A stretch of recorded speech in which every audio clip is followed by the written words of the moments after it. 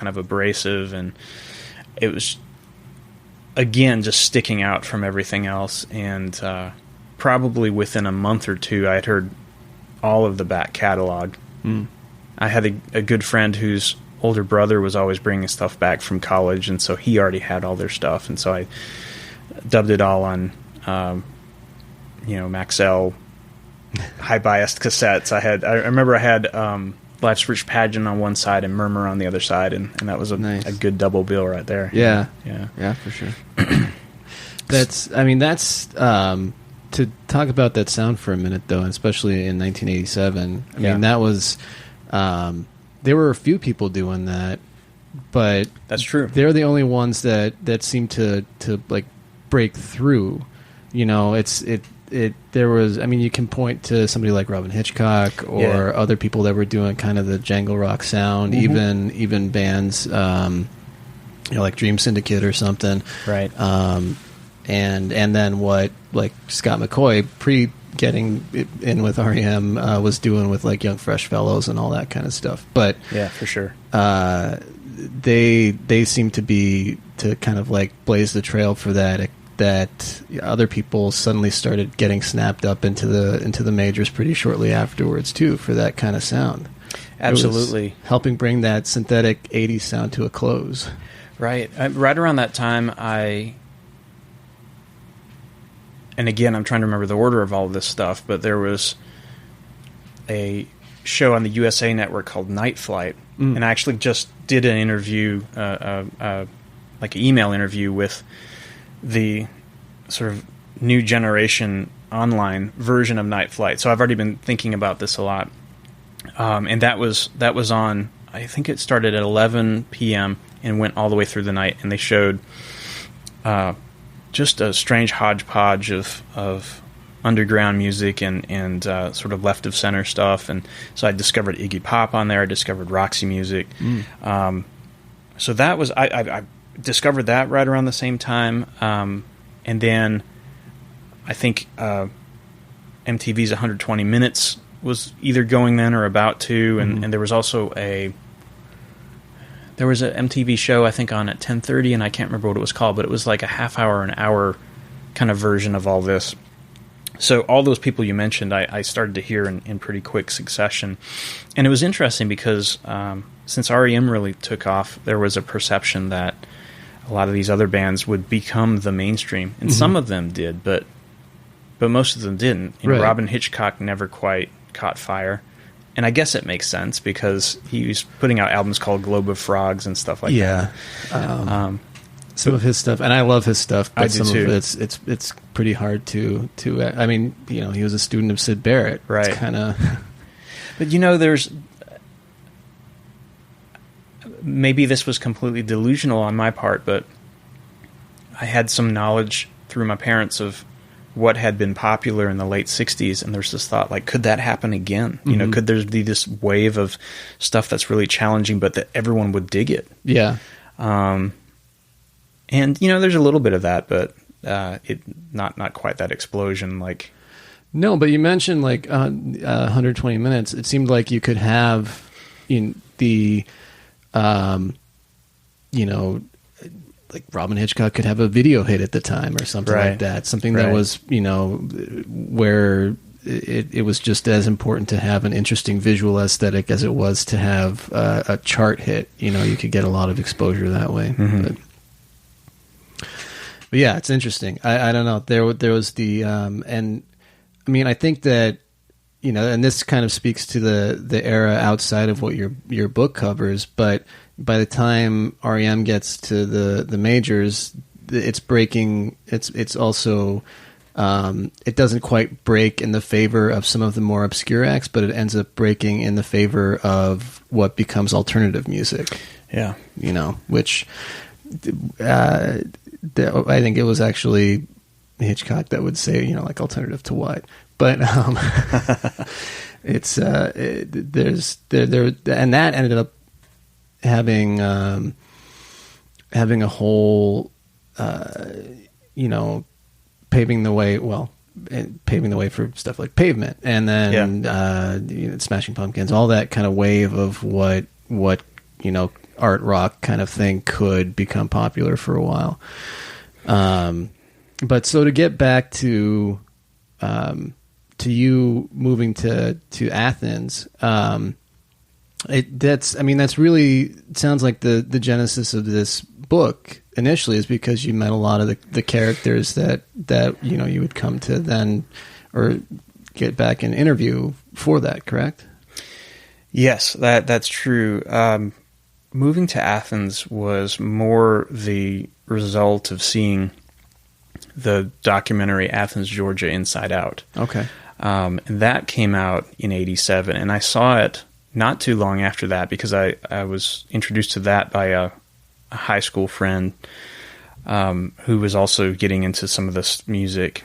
I mean, he was introducing me to a lot of this music, actually, and he said, "You got to see this." And there's all this footage of Peter Buck in his pajamas, showing people his house and stuff like that. And I kind of fell in love with the idea of this town, this romanticized version of Athens that was put together in the documentary, because I liked the idea of living in a place that was relatively small, but had a lot going on creatively. I always felt like if I went to a big city that I would get kind of lost in it.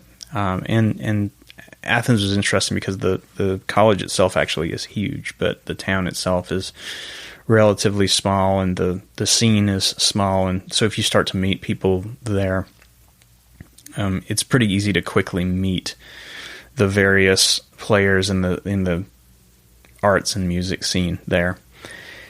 And so it was more like I wanted to be a part of that scene. I had my own musical ambitions, and I had writing ambitions, and it just seemed like a great place to do that stuff, and it was very much. And I met some of these people, and I wasn't initially aware that they were involved in the R.E.M. story or the sort of early kind of classic Athens scene. I think the first person I met that's part of this whole book is Ort, or William Orton Carlton, and he was just kind of a local character. I was in a class with Mike Richmond, who I quickly learned had been in Love Tractor. But we were just in a statistics class together because he had come back to school. And then there were other people. I realized much later. I mean, there was this one guy I would chat with sometimes when I was at shows at the 40 Watt, and I think he had been in Pylon. It wasn't Michael, but it may have been Curtis, the drummer. And so, yeah, just by virtue of it being a small place, and if you went to shows and if you happened to talk to people at those shows, you had kind of a 50-50 chance of accidentally talking to someone who was pivotal in the creation of this thing that gave birth to a couple bands that ended up being huge, the B-52s and R.E.M. So there wasn't any thought at that point of doing anything with that. And when I got into writing, there still wasn't any thought of that. And I think I told you when we met that my first project with this same publisher was a biography of my favorite contemporary band, which is The Church, an Australian band. And that was a great project. And with that one, I actually got to know the band and released that with this publisher, Verse Chorus Press. But the big thing is that I really enjoyed working with the editor with Verse Chorus, and so when that book came out, I said, I really would love to continue working with you. I'd love to do another project. And he said, "Oh, have you ever thought about writing about R.E.M.?" And I don't know if he even remembered that I had lived in Athens. Maybe he was thinking of that, but I hadn't thought about that before. And then after he suggested that, I just was thinking about that off and on for a couple of years. Like, should I do something on R.E.M.? How would that go? What would be my angle? And I knew that there were several books out already about R.E.M. And finally I thought, well,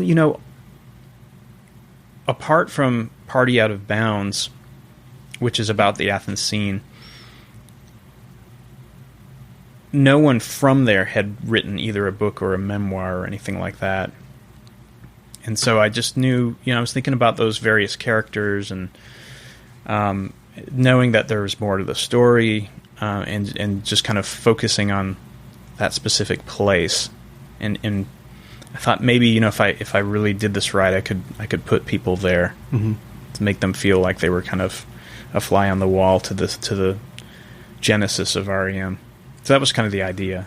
That's interesting. So after I bought the book, I noticed the press, and I'm like, oh, I have a book on the Go-Betweens from that press. Yes, which is a great book. So I'm interested to read your book on the church now too, especially because I'm enjoying your writing style. I appreciate it. But that's a pretty cool press. I mean, the fact that there was a book on the Go-Betweens was already surprising to me, because it's again, this super obscure Australian band that I just happened to love. And then Kilby worked with McLennan on a couple of those Jack Frost albums. Yeah. I mean, the Go-Betweens book was the reason that Verse Chorus Press was really ever the only option. I don't know if I phrased that right, but because they had put that book out, and as you said, you characterize the Go-Betweens as being super obscure, and that's about right. And as far as I could tell, the book had sold. I don't think it was in the red. And they seem to have a network of places to get that book to. So I thought, oh, well, this is perfect then, because the church was that was actually my creative writing thesis. So I already had it not completed, but it was well underway. Well, how did you come to know them? So there's a two-part answer. The first piece is, how did I come to hear them, but then how did I come to actually know them? Sure. I heard similar to discovering R.E.M., and it was pretty shortly after that, because Document was in 87, Starfish was in 88, and it was late one night on MTV. I think it was Valentine's Day or night, 88, I guess, although I can't remember if the album was out at that point. But they did this thing where they would show it's kind of the cute, we're going to show a couple video from each artist. We're going to, a pair of videos. And so, and most of it was like Van Halen and stuff. And some adventurous person at MTV toward the end of this segment showed Under the Milky Way, and then paired it with Tantalized from their prior album Heyday, which is a big song for the church, but super obscure for it to be on MTV, not on 120 Minutes, but just on regular programming. And Under the Milky Way, the song I found to be really hypnotic, and also the video, just this kind of shimmering quality of that video, just wanted to kind of live inside it, and just kind of turned the key, and they instantly became my favorite band. Their music, to me, was a place. It was like a place that I wanted to kind of sink into.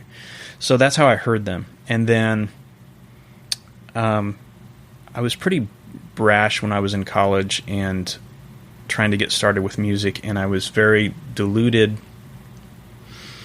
The scales had not yet fallen from my eyes in terms of my own abilities. I had a much... Were you a guitarist? Or a songwriter, guitarist. Because I don't know if I would have the courage to do something like this now. So I had, this is 97, I had self-produced a CD of my own stuff, and this is the kind of the early days of the internet, and so there were various Usenet groups for the church.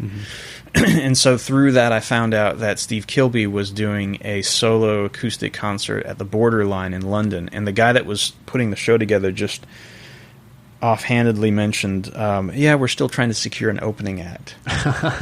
And so I just